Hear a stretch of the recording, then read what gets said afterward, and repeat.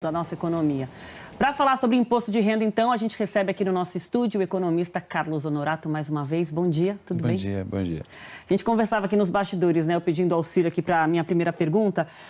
E é o que me vem na cabeça. É justo, não é justo fazer isso agora? E seria o melhor momento para fazer essa correção novamente depois de 4 anos sem isso?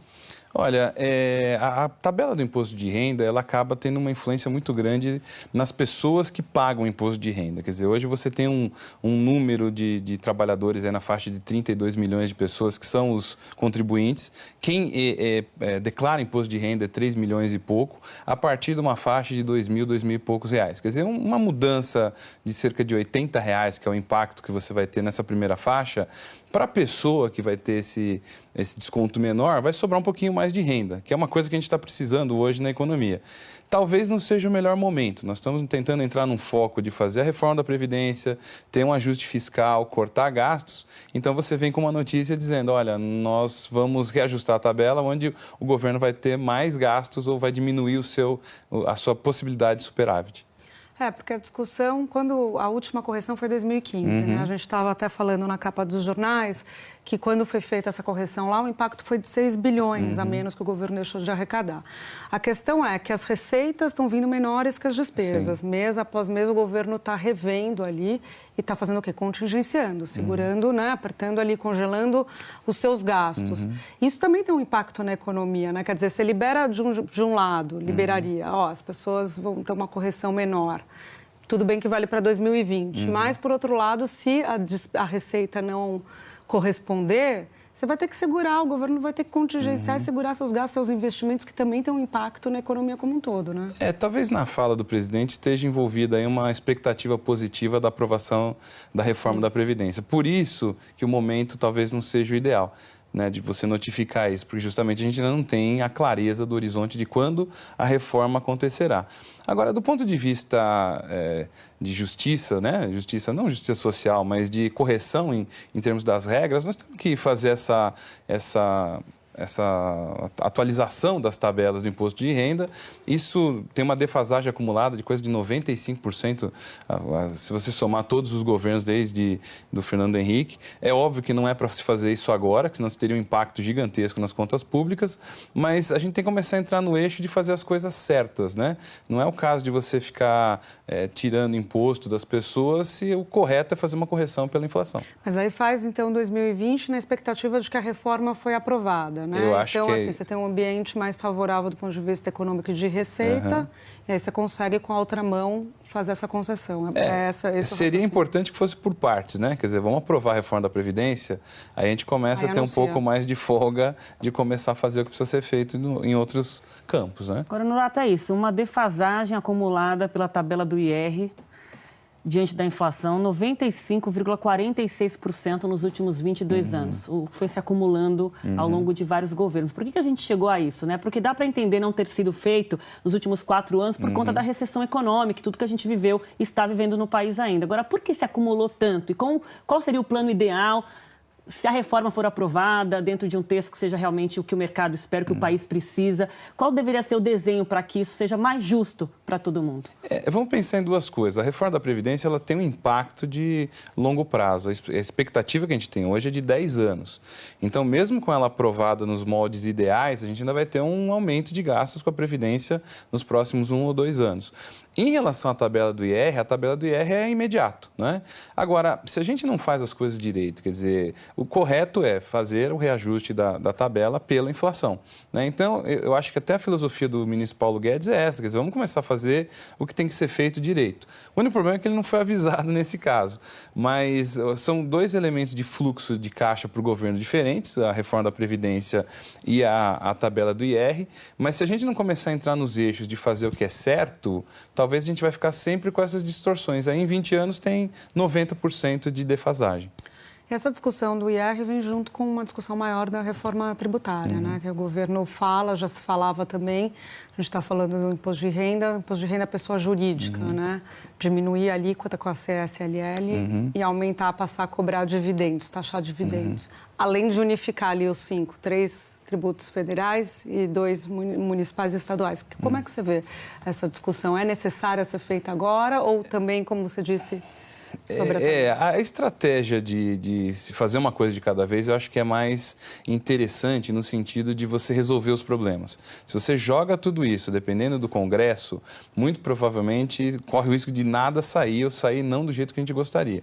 Agora, acho que tem mudanças importantes, quer dizer, eu comento muito isso da tributação de dividendos, né? Que os juristas e boa parte de alguns advogados, não temos que tributar porque já foi tributado no passado.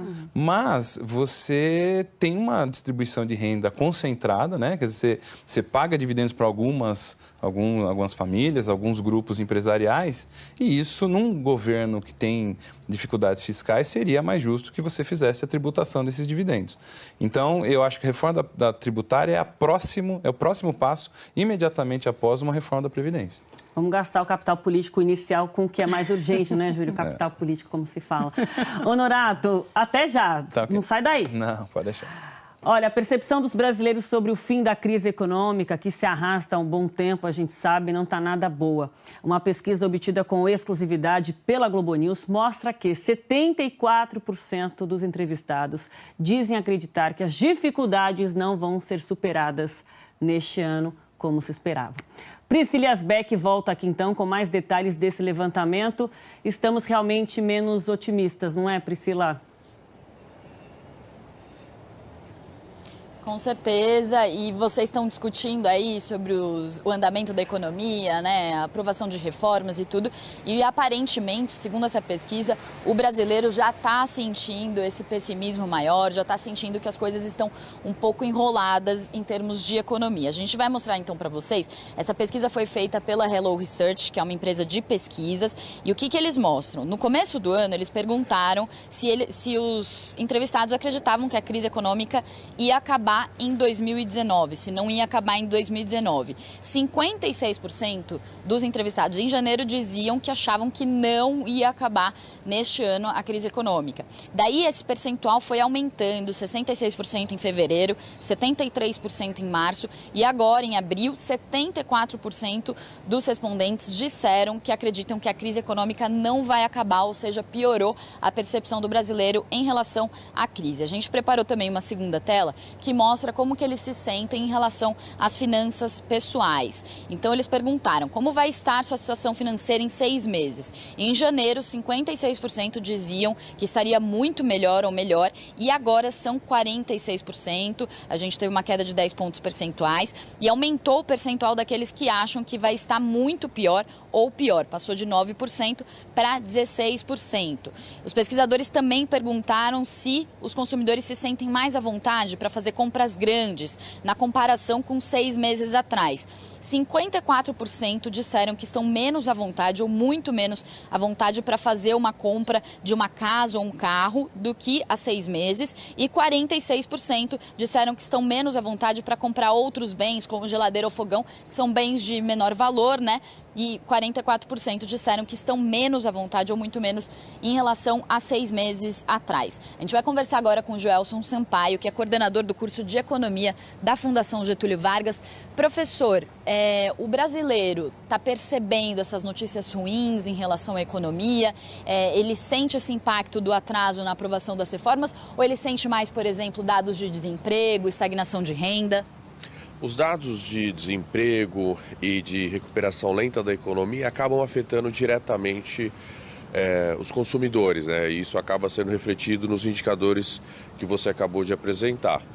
E é importante sempre reforçar que existe uma relação, principalmente na recuperação de curto prazo da economia, entre esses indicadores de confiança, de expectativa e crescimento econômico, porque quando a gente fala de reformas, de mudanças estruturais, essa relação é uma relação mais de longo prazo. Quando a gente coloca um mundo no curto prazo, a gente tem uma relação muito forte entre essas variáveis de expectativa, de confiança na economia e crescimento econômico. Então, quando você fala, olha, a confiança caiu, de alguma forma isso é muito ruim para a atividade econômica, porque a gente precisa de crescimento do consumo para a gente conseguir reduzir de alguma forma o desemprego e a economia voltar a crescer. Porque se você não consegue colocar a economia em crescimento, é muito difícil você reduzir o desemprego. Então esse dado de alguma forma traz uma informação importante em relação à expectativa de crescimento, em relação à expectativa de andamento da economia para o ano de 2019. Você chama atenção nesse ponto do consumo, né? A pesquisa mostra que 56% estão menos à vontade para fazer compras grandes, como uma casa ou um carro, e 46% menos à vontade para fazer uma compra, por exemplo, de uma geladeira ou fogão. Isso é preocupante, né? Porque, por exemplo, uma geladeira ou fogão, até no Brasil, né, a gente consegue fazer a compra em parcelas e tal, e as pessoas estão cada vez menos à vontade para fazer até essas compras que não são tão grandes, talvez, quanto uma casa ou um carro. Exatamente, e isso é um sinal de cautela. Então, as pessoas em ambientes de maior incerteza e, de alguma forma, uma economia andando meio que de lado, ou seja, um crescimento muito abaixo do que era esperado, isso acaba afetando as pessoas em relação ao consumo. Então, elas acabam esperando ou decidindo esperar para consumir, mesmo que bens, como você falou, como geladeira, enfim, carros, né, automóveis, elas acabam adiando para tomar decisão de consumo desses bens, para deixar para o futuro, para ter mais informação, para ter mais clareza do que vai acontecer com a economia. O que acontece é que quando elas fazem isso, de alguma forma, é um sinal que a economia apresenta uma dificuldade de recuperação e acaba afetando também essa trajetória, ou seja, se a gente não conseguir crescer, a gente não vai conseguir reduzir o desemprego, que hoje é de quase 13% e mais de 13 milhões de brasileiros desempregados. Tá certo. Professor Gelson Sampaio, muito obrigada pela entrevista. Então, Aline, essa percepção aí do consumidor já está bem pior, né? A gente cobrindo a economia, a gente vê que realmente alguns indicadores estão bem complicados, alguns números estão piorando, o número de desemprego, a gente viu que a inflação também está subindo, né? Desacelerou de março para abril, mas ainda assim a gente tem a inflação analisada no pior índice, maior índice desde janeiro de 2017. Então, o consumidor acaba sentindo no bolso esse aumento de preço e também esse pessimismo, e aí dá uma segurada nos gastos. Volto com você. É isso, esse pessimismo é muito ruim por si só, né? Porque todo mundo prefere estar otimista e, além disso, tem impacto direto no ritmo, na vontade e na confiança para o consumo no Brasil, não é, Pri? A gente vai continuar falando sobre isso aqui com o Carlos Honorato no estúdio. Priscila, muito obrigada. Honorato, é isso, né? As emoções pesam, além delas serem importantes para a vida, para a nossa saúde mental. Ninguém quer se sentir desconfiado, inseguro num país onde a gente vive, quer consumir, quer fazer planos, concretizar sonhos. Mas, na prática, também esse pessimismo pesa na maneira de consumir, de se planejar, de buscar um financiamento para um sonho, seja comprar uma casa, um carro. E essa redução do otimismo crescente em 2019 é mais um indicativo do que a gente está sentindo desde janeiro. Quer dizer, se esperava uma coisa e, na prática, o ano não está bom como a gente imaginava. A economia virou expectativa, né? Ela tem muito a ver com a psicologia. Quer dizer, o indivíduo ele não se sente motivado a consumir. As notícias não são boas, quer dizer, a gente não tem tido notícias de que há avanço na reforma. Eu acho que esse ruído que a gente tem na sociedade aí de discussões que para os economistas são laterais, né? Discussões de costumes, enfim, de toda essa confusão de informação que a gente tem, leva o indivíduo a olhar e falar, pô, eu estou trabalhando, se eu estou trabalhando eu vou segurar meu consumo, eu vou evitar qualquer compra de longo prazo. Se eu não estou trabalhando, eu entro nessa massa de pessoas, né, dos 13 milhões, mais uns 14 aí de desalentados, desiludidos. Então, você tem muita gente esperando ver o que vai acontecer. Somando a isso com a expectativa negativa também, com os agentes que poderiam colocar dinheiro na economia e fazer funcionar.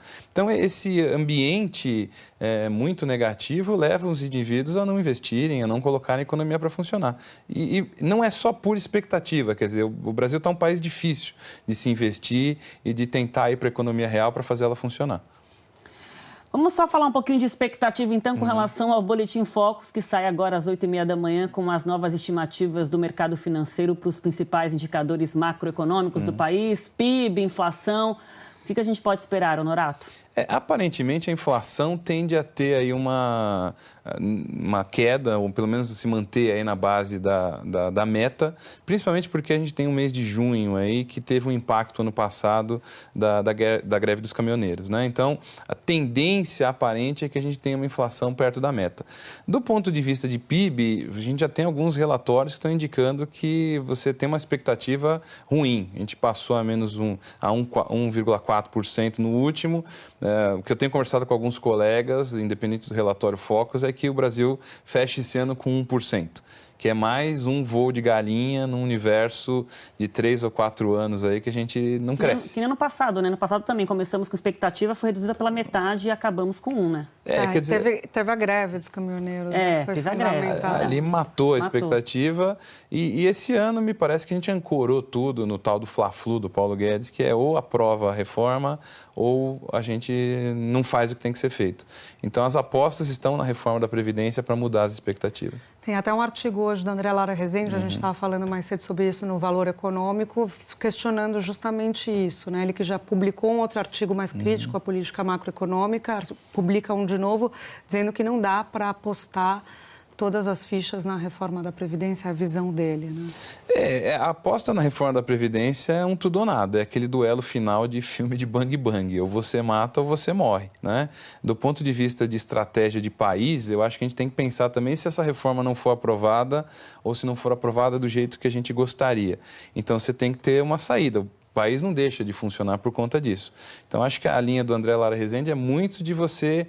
nós temos que ter um ajuste fiscal sério, tem que ter uma força nas reformas, mas existe uma vida real, existe gestão no governo que precisa ser feita e talvez um cenário de uma não aprovação, longe de nós pretendermos isso, mas eu acho que a gente tem que pensar com que o Brasil não acaba, né? Mas não podemos também nos acomodar, não acaba, então não faz reforma. Não dá. Carlos Honorato, muitíssimo obrigada. Até uma próxima oportunidade. Obrigado. Valeu. Me despeço porque semana que vem Burnier está de volta, então acho que só te encontro numa outra situação. Valeu, obrigada. Boa semana. Obrigado. E agora eu vou para Brasília porque a semana promete